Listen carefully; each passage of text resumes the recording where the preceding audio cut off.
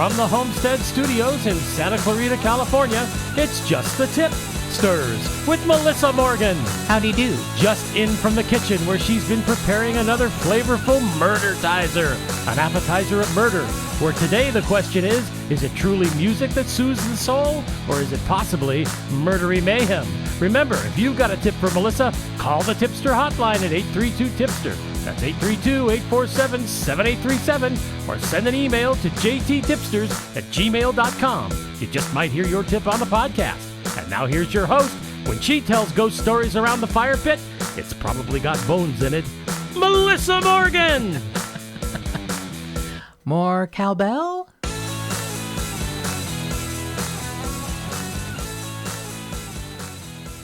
Oh, producer Mark, how many times have I told you not to use the word murdery mayhem, because that's my stripper name. It is registered, trademarked, and copywritten, and you copyrighted. I'm sorry. Copyrighted. Yeah.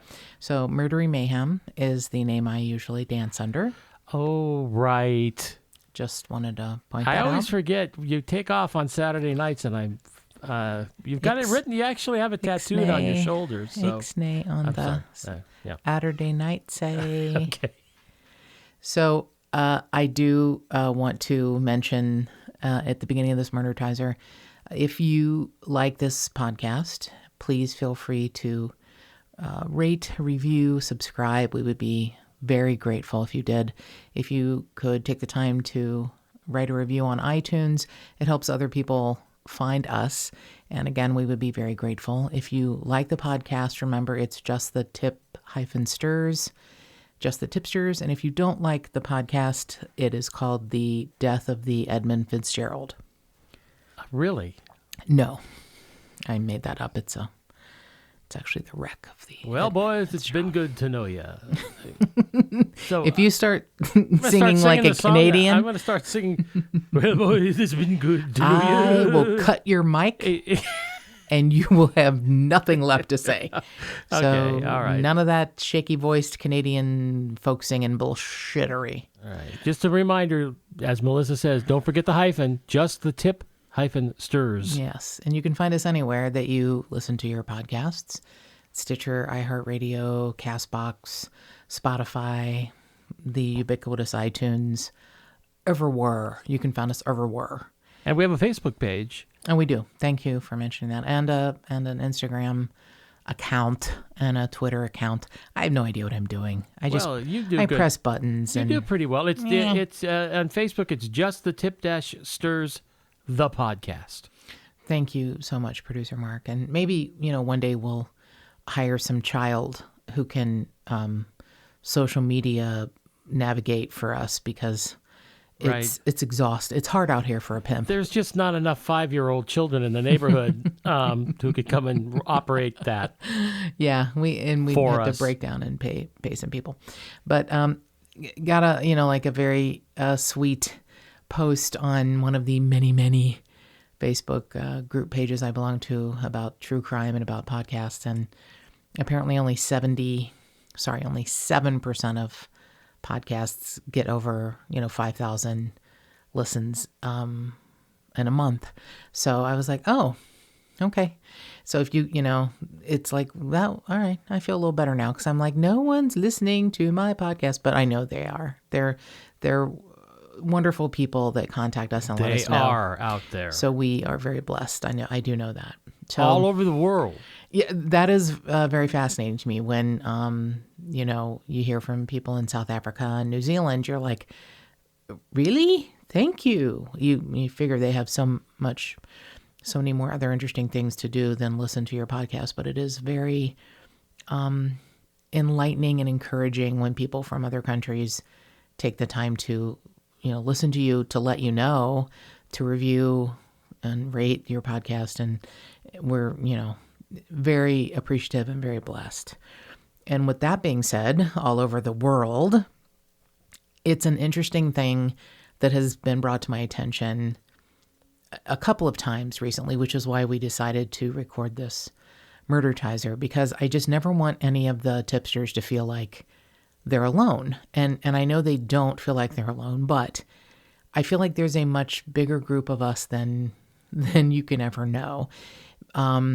It was brought to my attention by Tipster Scott, who sent in a wonderful article from something called broadly.com, because Tipster Scott is a feminist and loves women and supports women. And it's a website. Mostly, most of the articles written by women. And this is not about women. This is about the general population. And it's a great article. It's about why sometimes anxious people find comfort in horror films and true crime, that sort of a topic. I know they're cousins. Most horror films, blessedly, are fiction, and true crime is not fiction. But in about 10 days after that, one of the women on one of the Facebook pages I belong to about true crime made a post, and people didn't attack her, but asked her to, I guess, change her verbiage. And she said, "Isn't it sad that we're all so fascinated by these terrible stories?" And no one attacked her, but they did say, it isn't sad, and it isn't an interest in the macabre. It's an interest in why do people do these things to one another, and an interest in how do we make each other and ourselves more safe against things like this. It was most of the people were fascinated by what sort of a mind was able to do the things that are so awful to another human being, what motivates people. But this article on broadly.com was really fascinating to me. This woman, the author, her name is Abby Moss, and Abby is in the United Kingdom. And she says like 5% of the population in England suffers from a generalized anxiety disorder. I'm going to guess in the United States it's a larger percentage, but taking the size of her country, which is the size of one of our smaller states, 5% of the population, pretty good amount of people suffer from generalized anxiety. And the way she spoke, the things she said, reminded me very much of myself as a child and then as an adult. And if I can relate to this, and she is brave enough to talk about why she feels the way she does about horror films and true crime, I know that she's speaking for millions of us. So I thought it was important. This is a podcast about true crime, and absolutely we talk about mental health sometimes because you question the mental health of someone who could do something terrible to another person. And sometimes it isn't a mental health issue. Sometimes it's an anger issue, or, and you could say that lends itself to being a mental health problem, but it's the fact that we look at these cases and dissect them and question and wonder doesn't make us monsters. It makes us interested in this topic for our own reasons. And the way Miss Moss explains this, like I said, rang true to me and resonated with me. And I think it probably resonates with a lot of the tipsters. But she explained that even as a child, she didn't understand why she felt the way she did, but she did. And I had a lot of the same thoughts. She said she would worry about catastrophic things happening, like completely blowing them out of proportion. When she was 10 years old, her school took a field trip to a museum and learned about comets. And for weeks after that, she would lay awake at night worrying that a comet was coming into the Earth's atmosphere and was going to be on a collision course with her house. When she got a little older, after watching a TV show, she was convinced that she suffered from a really rare fatal disease and that she was, going to die. And I, to this day, my grandparents had a subscription to Reader's Digest, and there was an article or a story in Reader's Digest about a young man, like 16 years old, who had, burst a pimple on his face, and the infection went to his brain and he died. And I was like 10, And I was like, oh my God, that's going to happen to me. I'm going to have a zit when I get older and I'm going to pop it. That's an extraordinarily rare thing that happened because You call me a hypochondriac. Holy shit. thanks so much, producer Mark. I grew up going to a Baptist church and I was 11 or 12 and I was not a dumb child, but I was pretty naive. I'm going to say that. And I remember lying awake at night thinking I'm going to die and I'm going to become an angel. And I'm, worried about that. And my mom was like, it will be a very long time from now. Don't worry about that. And then I got worried that she was going to die. And I was like, she's like, it'll be a very long time from now. My mom was very good at soothing my fears. But Lord knows I was catastrophic as a child. Wow. I had no idea. And, reading this has thrown me back into my childhood. And I realize I've had this anxiety my whole life. And I didn't think about that. I thought I only became, a crazy human as I got to be an adult. But I would see things and think, oh my God, that's going to happen to me, or oh my God, that's going to happen to someone I love. And it's much more common than you think. Apparently you didn't have that, producer Mark. I had all kinds of phobias. Are you kidding me? I had all kinds of things that kept me up at night, but not those ones. So people's anxiety comes in different forms. Sometimes you feel like a mild feeling of dread, that you're not really sure where it's coming from. And Abby Moss describes hers as that fear that when you wake up after being, you're hungover and you knew you did something when you were drunk, but you don't know what it was. That's how she feels all of the time. And that's, like a low level form of anxiety. And I think a lot of people have that. And a lot of people, get by with perhaps a mood stabilizer or medication. Some people get by on, if I drink too much, I become paranoid. They don't drink as much. Some people, I'll just exercise more, and it can be difficult to police yourself, to keep tabs on your mental health. But the thing that I thought was so interesting and so honest of Miss Moss was that she said when things get really bad for her, she has noticed the thing that makes her feel better is a horror film. And the gorier, the darker, the more disturbing, the better.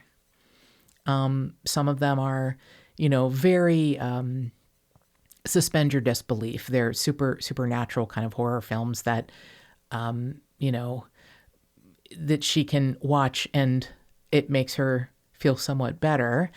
And then some of them are more realistic and, like they could actually potentially happen with some sort of a psychopath, following someone.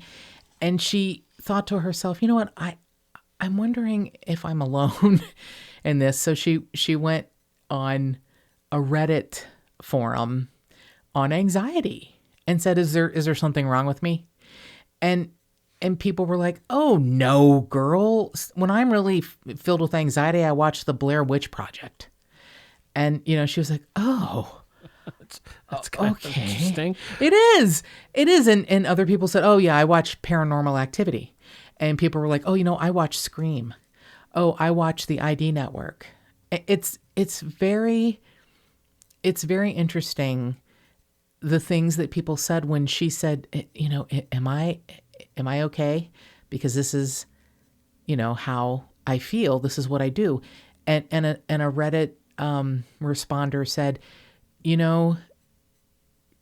I feel like horror films and true crime make me feel better because I'm scared and anxious for what I think is a real reason, but my subconscious knows it's not real, but it sure makes everything else I'm anxious about in my life kind of fade in the background.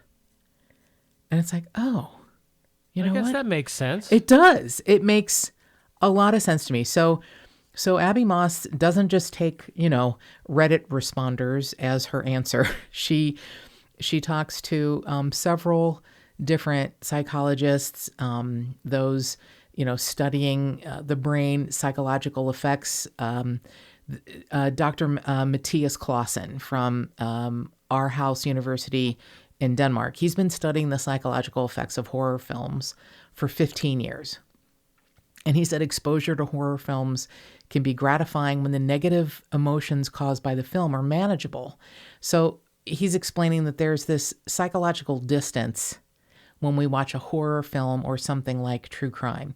We know it's not real for the most part, at least a horror film, but some part of our brain really does know this is not real. But other parts, like the ancient parts of our brain, our limbic system, are like, oh, fight or flight or freeze.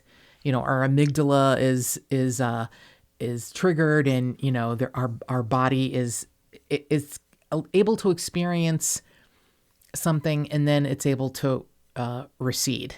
So it's like some people actually find true crime and horror films therapeutic, which is really, that's a fascinating way of looking at it, I think. One person responded to Dr. Clausen's study and said, the adrenaline makes me forget my real anxiety for a while. And I thought that was interesting. So in other words, you replace real anxiety with fake anxiety, which I had never thought of that before. I hadn't either. And I wondered, as an example of what a weird kid I was, kind of around adults a lot. And I spoke more like an adult than a kid.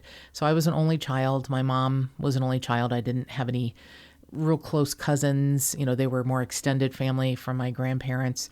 And so I spent a lot of time around my grandmother and grandfather and my mom. And I just was, I was a weird kid to the point that I think all kids are weird, but I loved horror films. And growing up in northern Kentucky, the local Cincinnati TV station aired horror films on Sunday afternoons. Now, it would be bright, sunny outside, and I had a little black and white television that had belonged to my grandmother that was in my room. So I'm 8 years old, and I think I'm the shit because I have a black and white TV on a little rolling stand in my bedroom. And I used to love vampire films. They were my favorites. I always loved vampires, and especially Bela Lugosi. Christopher Lee was a good actor and a good vampire, but nothing beat Bela Lugosi for me. He was beautiful, and this, Shakespearean trained Hungarian actor, he turned down, from Universal Studios, he turned down the role of Frankenstein because he said he wasn't sexy. He's like, and he's right, Dracula was sexy. Huh, he wore a tuxedo and a cape, and he was handsome. So I'm 8 years old, and Sunday we would go to church, and then Melissa would come home and watch vampire movies or horror films, but mostly vampire movies. So it's Sunday afternoon. My mom, my grandma, my grandpa are around the kitchen table talking, having a lovely Sunday afternoon, and I would run from my bedroom into the kitchen to make sure they were still there, and then run back to my bedroom and watch more of the vampire movie, and then run back into the kitchen. Even more adorable than you are now. Or an anxiety-ridden freak. But I was just like, okay, I just want to make sure they're still there, because there's this guy in a cape and a tuxedo who may rise from the dead and come and bite me in the neck, and then I'll never know what it's like to live a normal life again, and I can't be out in the sun, which I don't really care because I don't like the sun. But it was hilarious. My mom would be like, "What are you doing?" And I'm like, "Nothing, just making sure you're still here. Okay, just ignore me. Going right back into my room now." It was like a Sunday tradition where Melissa would check to make sure that her mom, grandma, and grandpa were still in the house, so that Bela Lugosi could not come and get me. So there's, horror films like that. There's, most of us probably don't worry about Freddy Krueger, coming from the boiler room with finger knives. But the adrenaline that it releases is soothing. I've always loved horror films. I've always loved psychological thrillers. I'm not like a big fan of just gore for no reason, but I do remember going to see Silence of the Lambs numerous times in the theater. But the first time that I saw it with my friend Greg, and I said, I need to hold your hand. And I mean, I was an adult. I was probably in my mid-20s. And he was like, okay. And I apparently squeezed his hand numerous times because it's The Silence of the Lambs is a masterpiece of acting and writing, and Thomas Harris's book. Jonathan Demme made it more beautiful than the book. Yeah, you can't, once you start watching it, you can't stop. No, it's a beautiful, amazing piece of art, and it's also very tension filled. So I know we went out to eat after late night seeing Silence of the Lambs, and my friend Greg said that he now had carpal tunnel, that I had squeezed his hand so tightly that I damaged him, which, I didn't. It was a joke. But I hadn't thought about my love of these type of films. I have many wonderful, brilliant, sensitive friends who cannot abide horror films of any kind. I have beautiful friends that I love with all of my heart who can't listen to my podcast because they can't stand true crime. And I get it. I do. It also just happens to be one of the things I've most fascinated by. And after reading this lovely article, I don't feel so alone. And I know I'm not alone, and I know more of you are out there, and I know you're listening, and true crime and its cousin horror films are extraordinarily popular. And I, am thinking, are we using these things as like a low-level anxiety form that's like it's like a vaccination, like a low-level inoculation against bigger, more awful things? Or are we just adrenaline junkies? And I don't think that either. An adrenaline junkie is something different. I don't take careless action with my life. I don't do a lot of things that could, end my life prematurely. I'm fascinated by certain things, but I don't bungee jump. I don't think I would turn it down, but maybe, if I'm still alive, you're turning it down. All right. Just letting you know. Okay. All right. So not only does true crime fascinate me, but, I teach yoga, and I love yoga, and I love some of the studies that have explained why, perhaps this is why I love yoga and why I love true crime and horror films, because yoga helps us to reboot our central nervous system. And in our daily life, if you have an anxiety disorder, which I would never diagnose myself, but apparently I've probably had one since I was a child, a low-level anxiety disorder that I get by with doing the weird things I do. Sometimes I end up apologizing to producer Mark, like, I'm sorry, I'm such a fucking spaz. But, I get through life without a prescribed medication, but there are things that help me get through, which are researching true crime stories, watching documentaries on true crime. It's a fascinating thing, and sometimes I get overwhelmed by the amount of information, but I don't ever get too far down. There are times, there are stories I can't do. There was one that producer Mark and I attempted to record many months ago, and I couldn't make my way through it because it involved a child, and I don't have children, but I couldn't get through it. So we scrapped that one, and we may revisit it another time, but it just, I couldn't get through it. And I have a huge problem with family annihilators, and I couldn't, many tipsters write in and say, why don't you cover Chris Watts, or why haven't you? And I can't.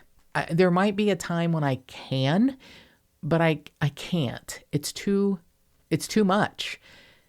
And someone explained to me, a brilliant woman explained to me when I wondered aloud, a rhetorical question like, I don't know why I can't cover Family Annihilators. And she said, because that's where you go to be safe. That's your safe place. Your family is where you go to feel safe. Right, when you're scared. Yeah, against the people that will hurt you. So you never expect someone in your family, i.e. your spouse, your father, to kill you or hurt you. That's, and I thought, she's right. And even though I don't have children, I wasn't coming from a place of, I'm a child. I was a daughter, a granddaughter. I'm a wife. And I just, for some reason, Family Annihilators, I can't. And children, I can't. So I will work on that, but it's not an easy thing for me to think about and cover. And there are absolutely some fascinating cases that might be helpful to be covered. But like I said, I can't do that right now.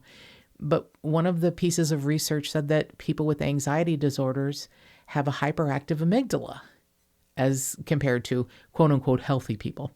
And I don't really know that many healthy people. But taking the physiological and anatomy type classes you take when you are going for teacher training and the more advanced classes you take about the body and anatomy, I have found that yoga is so helpful to our ancient part of our brain, to our amygdala, to our central nervous system.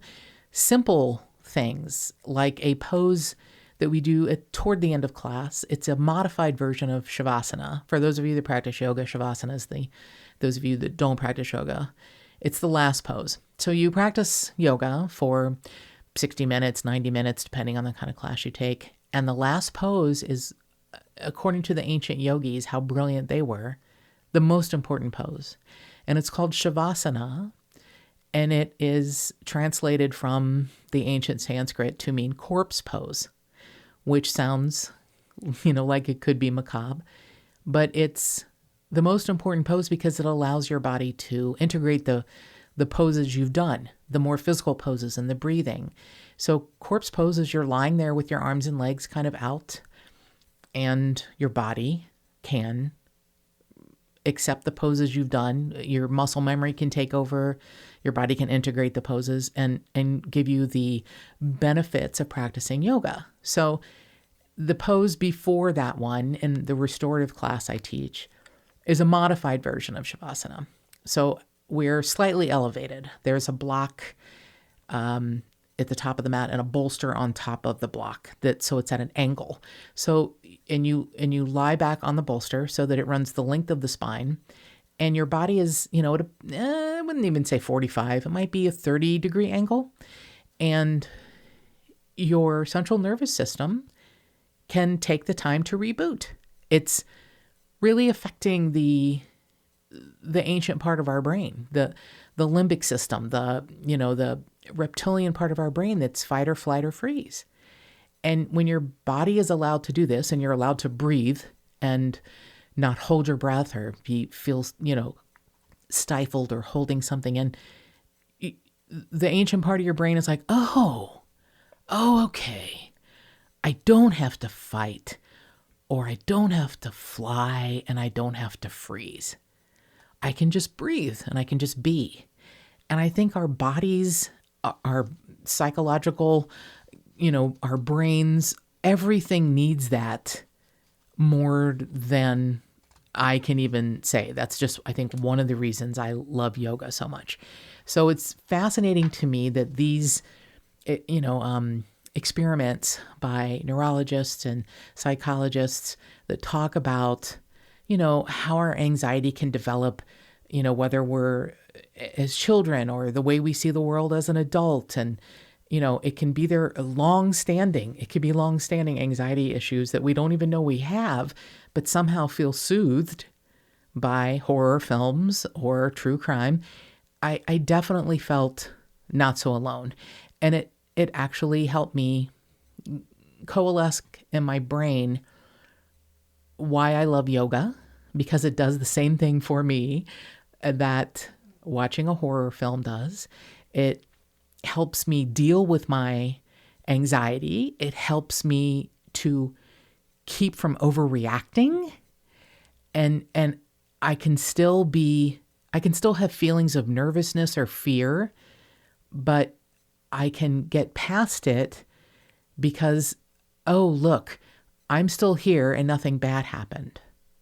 I can watch this horror film, I can see this true crime documentary, and I made it through. And I felt some of the same feelings, but they just were what they were. They were feelings. They didn't have to be reality. They weren't going to happen. They're not going to happen. And I am, soothed. I got through it. And I feel like I'm really just grateful for this amazing group of people that listen to this podcast. And I know you help me realize I can get through this, and you help me be equipped to deal with my anxiety. And I am really grateful. And more cowbell. And if you've got a story about high anxiety and where you take refuge, call Melissa at 832-847-7837 or send her an email to jttipsters@gmail.com.